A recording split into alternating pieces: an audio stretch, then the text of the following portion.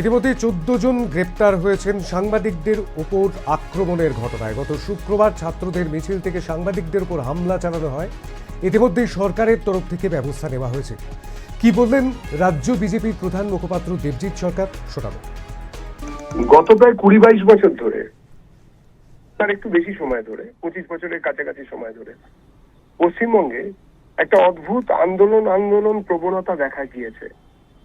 এই প্রবণতাটা হচ্ছে, এই আন্দোলনগুলো শুরু হয় অদ্ভুতভাবে শুক্রবার, এবং শুক্রবার বিকেল বেলায়, ঠিক দুপুরের পরে, এবং তারপরে বিভিন্ন ইস্যুতে, ধরুন সিএ, এনআরসি, তারপরে এনইইটি, এই ধরনের বিভিন্ন আন্দোলন, বিভিন্ন ইস্যুতে আন্দোলন সংগঠিত হয়, এবং তাতে একটি বিশিষ্ট শ্রেণী তারা নেমে পড়েন, যাদের সঙ্গে এই আন্দোলনের কারণে দূর কোনো সম্বন্ধ নেই।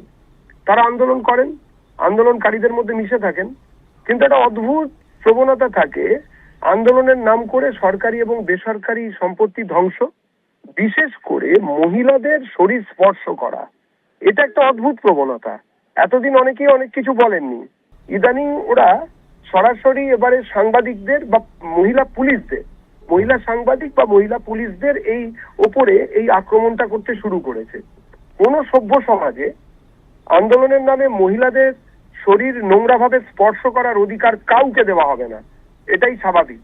সুতরাং সম্মাননীয় মুখ্যমন্ত্রী আন্দোলনের নামে গুন্ডামির প্রবণতা নিয়ে যারা এসেছে, তারা যে শুক্রবারগুলোতেই এই কাজগুলো করুক না কেন, সব শুক্রবারের ওপরেই নজর রাখা হবে, বাকি দিনগুলোর ওপরও নজর রাখা নিশ্চয়ই হবে, এবং এই প্রবণতাকে বন্ধ করতে হবে। তার জন্য যে আইন এনেছেন এবং আইনের যে ব্যবহারিক প্রয়োগ তিনি দেখাচ্ছেন, তাতে দলের পক্ষ থেকে আমরা সাধুবাদ জানাচ্ছি, সমর্থন জানাচ্ছি, এবং যারা এই ধরনের কাজ করছে তাদের সবাইকে জেলে পুরতে হবে, এই দাবিও রাখছি।